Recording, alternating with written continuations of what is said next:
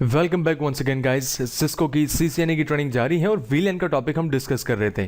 तो गाइस, वीलैन्स को क्रिएट करने से पहले इनके स्विच पोर्ट को जानना ज़रूरी है और ये होते हैं तीन, जिसमें एक्सेस, ट्रंक और डायनामिक डिज़ायरेबल जैसे पोर्ट्स जो हैं वो शामिल हैं। गाइस, जब कभी भी हम कोई भी वीलैन डिज़ाइन करते हैं, लाइक इस सिनेरियो में हमारे पास एक स्विच है और स्विच के साथ दो कंप्यूटर्स कनेक्टेड हैं और दोनों को हम वीलैन 10 का हिस्सा बनाना चाहते हैं, तो जो भी कोई कंप्यूटर किसी एक वीलैन के ऊपर कम्युनिकेट कर रहा हो, यानी किसी वीलैन का हिस्सा हो, तो हम उसका स्विच पोर्ट जब हम कॉन्फ़िगरेशन करेंगे तो उसे एक्सेस में रखेंगे ताकि वो एक वीलैन के ऊपर काम कर सके। ठीक है, तो एक्सेस पोर्ट जो होता है वो जस्ट ट्रांसफर करता है डेटा सिर्फ मखसूस वीलैन्स को, स्पेसिफिक वीलैन्स को। ठीक है, यानी जब कभी भी हम वीलैन 10 बनाएंगे तो उन तमाम पोर्ट्स को, वीलैन जो भी बना रहे होंगे, पहले तो हम वीलैन बनाएंगे, उसके बाद उसमें हम पोर्ट्स शामिल करेंगे, पोर्ट्स को कॉन्फ़िगर करेंगे, कितनी पोर्ट्स वीलैन 10 का हिस्सा हो और कितनी पोर्ट्स वीलैन 20 का हिस्सा हो। अब ये हमारी मर्जी होती है, हम जैसा चाहें, हम चाहें उनको बढ़ा भी सकते हैं, कम भी कर सकते हैं, हमारी मर्जी। तो यहाँ पर वीलैन 10 हो या वीलैन 20 हो, वो तमाम के तमाम जो वीलैन्स होती हैं, स्पेसिफिक वीलैन, वो हम एक्सेस मोड के ऊपर ही कॉन्फ़िगर करते हैं। अच्छा, फर्ज करें आपके पास यहाँ दो अब स्विचेस हैं और यहाँ पर वीलैन 10 भी बनाए हैं और वीलैन 20, और ऐसे अगले स्विच पर भी हमने वीलैन 10 और 20 बनाए।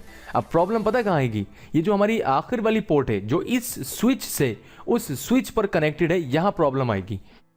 अगर इन पोर्ट्स को हम एक्सेस पोर्ट बना दें वीलैन 10 के लिए, तो क्या होगा कि वीलैन 10 का ट्रैफिक इस स्विच से उस स्विच पर जाएगा, 20 का नहीं जाएगा। तो 20 के कंप्यूटर्स तो आपस में बात ही नहीं कर पा, रास्ता ही नहीं उनके दरमियान। तो ऐसे में क्या होगा, इस पोर्ट को हम एक्सेस नहीं बनाते, इस पोर्ट को हम क्या बनाएंगे, ट्रंक पोर्ट बनाएंगे। और ट्रंक पोर्ट का मतलब है कि वो कैरी कर लेगा सारे पैकेट्स जितने भी वीलैन्स का है, और वो इसीलिए ट्रंक बनाई जाती है कि वो एक स्विच से दूसरे स्विच का रास्ता हो, जिससे क्या होगा कि वो तमाम के तमाम पैकेट्स चाहे वीलैन 10 के हों या 20 के हों, उनको कैरी करके ले जाएगा। राइट गाइज, तो ये बातें हमें पता होनी चाहिए। जो नेटवर्क एडमिनिस्ट्रेटर हों या जो सिस्को के स्टूडेंट हों या सर्टिफाइड लोग हों, उन्हें तो पता होनी चाहिए कि एक्सेस कहाँ बनता है और ट्रंक कहाँ बनता है। तो आप माइंड में रखिए, इन शॉर्ट, ट्रंक वो है जो स्विच टू स्विच कनेक्टेड होगा और खासकर वीलैन्स का ट्रैफिक ले जाने के लिए उसे हम ट्रंक बनाएंगे। और उसके अलावा जितने भी वीलैन्स होंगे वो सारे वीलैन 10 के एक्सेस में होंगे या वीलैन 20 के एक्सेस में होंगे। राइट गाइज, रह क्या गया डायनामिक डिजायरेबल। इसकी एग्जांपल भी ऐसी है, दो स्विचेस हैं, वीलैन 10 और 20 है, और यहां पर बीच में हमने अब कॉन्फ़िगर कर दिया डायनामिक डिजायरेबल मोड, जो कि बेस्ट प्रैक्टिस नहीं है। मैं कतई मना करूंगा कि आप इसको ना यूज कीजिएगा, लेकिन फिर भी किताब में है तो हमें डिस्कस तो करना था। तो यहां पर क्या हुआ, ये जो 24वीं पोर्ट है, इसको खुद नहीं पता कि डायनामिक डिजायरेबल के बाद ये कौन सी है। जब हम यहां से उस स्विच के ऊपर पैकेट्स रवाना करेंगे, यानी खुद से जब ट्रैफिक 10 और 20 का जाएगा, तो सामने वाले को एहसास होगा कि हमें तो ट्रंक बनने की ज़रूरत है, तो वो ट्रंक बन जाएंगे। अगर उन्हें खाली एक ही ट्रैफिक जाएगा तो ये खुद ब खुद एक्सेस हो जाता। तो डायनामिक डिजायरेबल बेस्ट प्रैक्टिस नहीं है इस सिनेरियो में, क्योंकि नेटवर्क एडमिनिस्ट्रेटर को पता होना चाहिए कि उसकी कौन सी केबल से, कौन सी पोर्ट से कौन सा ट्रैफिक जाना चाहिए। तो ये आप और हमें ही देखना होता है, और वो खासकर हम इन दो पे ज़्यादा देखें तो मुनासिब है कि एक्सेस मोड ज़्यादा बेहतर है या ट्रंक मोड। तो आई होप गाइस आपको स्विच पोर्ट के ऊपर ये दोनों मोड्स की बातें भी क्लियर हो गई हूँ। अच्छा, वीलैन टैगिंग प्रोटोकॉल्स इंपॉर्टेंट। गाइस, ये टैगिंग प्रोटोकॉल्स काम कैसे कर रहे होते हैं? जब कभी भी हमारे पास जब स्विचेस आपस में कनेक्टेड होते हैं, तो आपको पता है कि बीच में ट्रंक पोर्ट है, तो ट्रंक पोर्ट याद कैसे रखता है कि कौन से वीलैन की कौन सी पोर्ट है? तो उसमें अब की दफ़ा क्या होता है कि हमारे साथ पोर्ट नंबर के साथ, मैक एड्रेस के साथ साथ वीलैन्स का इजाफा भी हो जाता है। वो वीलैन्स 10 की भी एंट्री कर रहा होता है, 20 की भी एंट्री कर रहा होता है, और जैसे जैसे वो ट्रैफिक आ रहा जा रहा होता है, उसे आइडिया होता है कि वो हमारे मैक पे काम कर रहा होता है, हमारे पोर्ट्स पे काम कर रहा होता है, इवन वीलैन्स के नंबर पे भी काम कर रहा होता है। तो वो हमारे जो फ्रेम्स बनते हैं, जो सेगमेंट्स बनते हैं, जो भी हमने बताया जिससे डेटा ट्रांसफर होता है, जो फ्रेम जाता है, जो पैकेट जाता है, उस पैकेट्स में ये वीलैन 10 का भी इजाफा हो जाता है। राइट गाइज, यानी वीलैन्स का नंबर का इजाफा हो जाता है, सिर्फ स्पेसिफिक वीलैन 10 का नहीं, कोई भी नंबर हो सकता है वो। तो ये कहलाता है टैगिंग प्रोटोकॉल, जिससे हमें अंदाजा होता है कि कौन से स्विच का जो ट्रैफिक आ रहा है वो कौन सी वीलैन के लिए। अच्छा, IEEE का जो स्टैंडर्ड है, अच्छा IEEE क्या करता है, इथरनेट यानी हर टेक्नोलॉजी, जैसे कि इथरनेट टेक्नोलॉजी है, इसने इस टेक्नोलॉजी को इन्होंने एक नंबर असाइन कर दिया 802 का, यानी 802।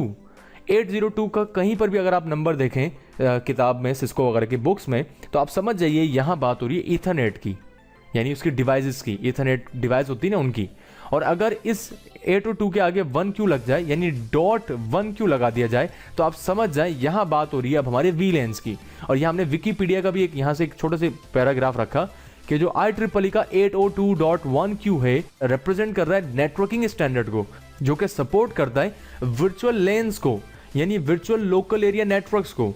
तो IEEE का कौन सा प्रोटोकॉल है .1Q, जो कि बाय डिफॉल्ट इनेबल होता है हमारे सिस्को के स्विचेस पर, खासकर ट्रंक पोर्ट पे, जो कि क्या करता है कैरी कर रहा होता है ना, यानी ले जा रहा होता है हमारे एक स्विच से दूसरे स्विच तक बहुत सारे पैकेट्स, खासकर VLANs के। तो ये तो बाय डिफॉल्ट सिस्को के स्विचेस पे इनेबल्ड है, हमें इनेबल करने की जरूरत ही नहीं है, ठीक है ना। डेटा लिंक लेयर पे काम कर रहा है। अच्छा, इंटरनल VLAN टैगिंग प्रोसेस होता है इसमें, यानी वो मैक एड्रेस के साथ साथ ही उन VLANs को भी याद करके उन्हें प्रोसेस कर रहा होता है, तो इंटरनेट VLAN टैगिंग प्रोसेस है। ये तमाम एडवांटेजेस हमें मिल रहे होते हैं ना। और इसके अलावा ये क्या कर रहा होता है, जैसे वो मैक एड्रेस और तमाम के टेबल बना रहा होता है, वो क्या करता है उसके दरमियान एक पैकेट, एक फ्रेम डेटा VLANs का भी ऐड कर देता है, राइट गाइस, जिसका टेक साइज कितना होता है, यानी जो पैकेट हम वो VLAN का वहां बनाते हैं उस सिस्को के स्विच में, वो 4 बाइट्स का होता है। जैसे हमारे सिस्को के स्विच में मैक एड्रेस टेबल बनता है, उसका एक साइज होता है, तो उसमें जो हर VLAN का जो साइज है, जो उसकी इंफॉर्मेशन है, वो 4 बाइट्स के जितनी होती है, राइट गाइस। अच्छा, सिस्को के अंदर हमने एक बात ये भी जानी थी कि जितने भी स्विचेस बाय डिफॉल्ट होते हैं उन सब के अंदर ऑलरेडी एक VLAN तो बनी हुई आती ताकि तमाम कंप्यूटर्स आपस में कम्युनिकेट करें। तो उस VLAN 1 को हम नेटिव VLAN भी कहते हैं, जो कि डिफॉल्ट VLAN होती है।